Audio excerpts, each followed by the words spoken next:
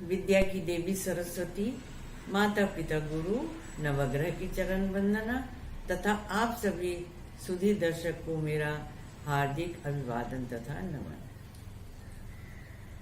विशुद्ध ज्ञान देहाय त्रिवेदी दिव्य चक्षुषे श्रेय प्राप्ति निमित्ताय नमः सोमार्धधारिणे। उस शंकर जी को मेरा प्रणाम जो विशुद्ध ज्ञान जिनका शरीर है, त्रिवेदी दिव्य चक्षु से तीनों वेद जिनकी आंखें हैं, श्रेय प्राप्त निमित्त है कल्याण के लिए जो हमेशा तत्पर रहते हैं, तथा नमः सोमार्धधारिणे अर्धचंद्र को जिन्होंने धारण किया हुआ। आप कह सकते हैं कि वेद तो 4 हैं, फिर मैंने यहाँ आपसे 3 वेदों की बात क्यों की? मैंने आपसे ऋग साम यजुर्वेद की ही बात क्यों की, अथर्ववेद की बात क्यों नहीं की?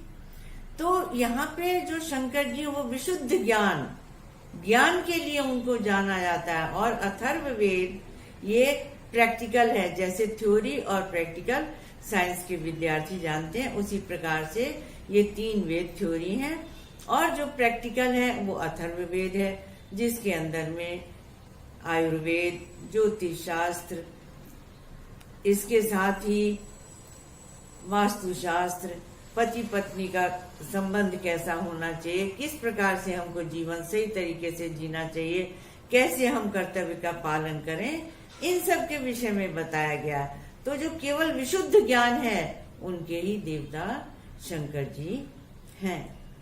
इतना ही नहीं, खुद भी नहीं, उन्होंने सारे ये जो गुण हैं वो उन्होंने दुर्गा जी में भी दिए हुए हैं।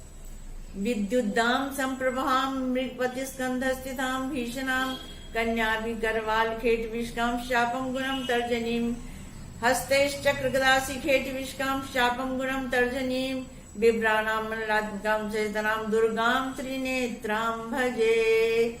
दुर्गा भी तीनों नेत्र को धारण करने वाली हैं। आपको पता ही है, शंकर जी को अर्धनारीश्वर कहा गया। उनकी बाईं तरफ दुर्गा जी, पार्वती जी जो भी है वो विराजमान है। त्रिनेत्र क्या? जो तीनों गुण हैं, 3 गुण कौन से? तमस, रज तथा सत्व गुण। जो चंद्रमा है, पहले अमावस्या जिसमें कि बिल्कुल दिखाई नहीं पड़ता चंद्रमा, वो तमस तमोगुण, उसके बाद में रजोगुण, ज्ञान के प्रति आकर्षण, आगे बढ़ना, आगे सीखते जाना, तथा तीसरा पूर्ण चंद्रमा। तो देखिए, इतना संपन्न होते हुए भी अर्धचंद्र ही, क्योंकि अगर पूर्णता हो जाए ज्ञान की तो फिर तो आदमी को किसी भी चीज की जरूरत ही नहीं होती। और हम जो भी हम देखते हैं, शंकर जी हो या किसी भी भगवान में अपने ही स्वरूप को देखते हैं, तो पूर्णता की ओर ही आगे चलना यही जीवन का श्रेष्ठ उपाय है। रुकना नहीं है कहीं पर भी। जिस प्रकार से चंद्रमा शुक्ल पक्ष में आगे बढ़ता चला जाता है, अपने ज्ञान की गरिमा को बढ़ाता चला जाता है, इसी प्रकार से जो त्रिगुणात्मक है, कौन कौन सी त्रिगुणात्मक शक्ति? सबसे पहले तो कालिका, उसके बाद में लक्ष्मी, और फिर तीसरी सरस्वती।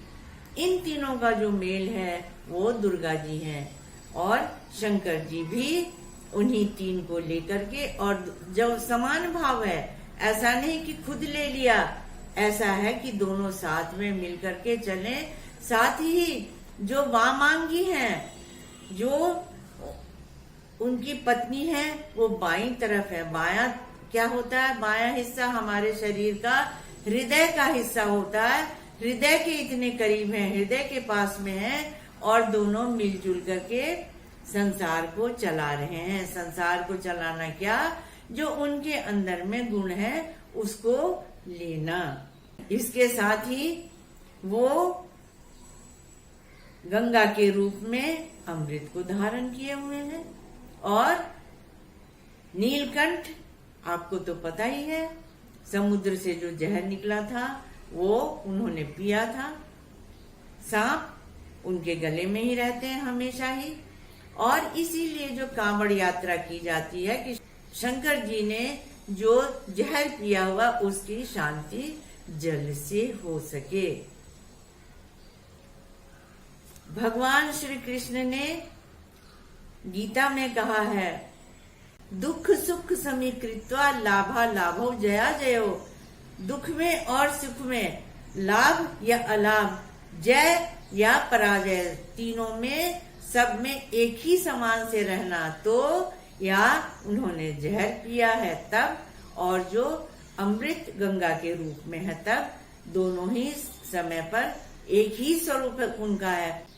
जिस समय से हमारी जीवन की यात्रा चलती है उस समय से कोई भी ऐसा दिन नहीं होता जब हम किसी न किसी कष्ट से न आए गुजरे और किसी न किसी सुख से न गुजरे। सब में ही हमको समान रूप से रहना है।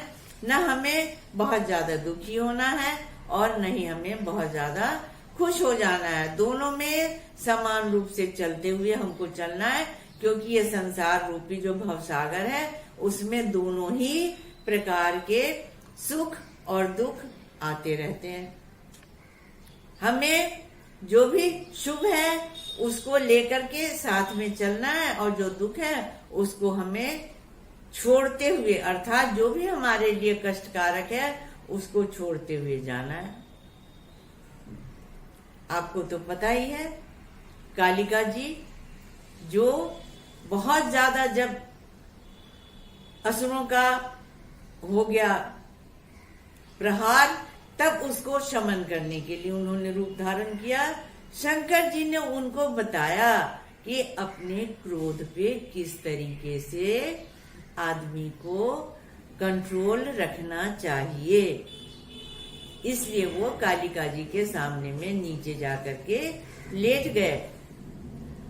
फिर रज, जब बहुत ज्यादा लक्ष्मी आ जाती है तो लोग रजोगुनी हो जाते हैं। इन सब से ऊपर में जाकर के जो सरस्वती हैं, जो अक्षुण्ण है, जो सत्य है, उनके पास में चल करके रहना, सरस्वती को अपनाना और उनसे हमें गुणों को लेना, यही हमारे लिए हमेशा ही श्रेयस्कर है।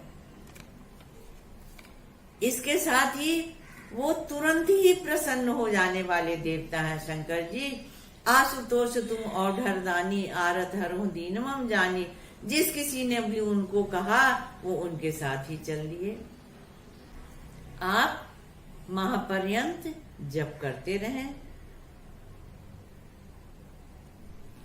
ओम त्र्यंबकम यजामहे सुगंधिम पुष्टिवर्धनम उर्वारुकमिव बंधनान् मृत्योर्मुक्षीयमामृतात्। हम आपसे फिर मिलेंगे नए वीडियो के साथ, नए एपिसोड के साथ में। तब तक आप कार्यक्रम देखते रहें, पसंद करते रहें, अपना कमेंट भेजें, सब्सक्राइब करते रहें। तब तक के लिए नमस्कार।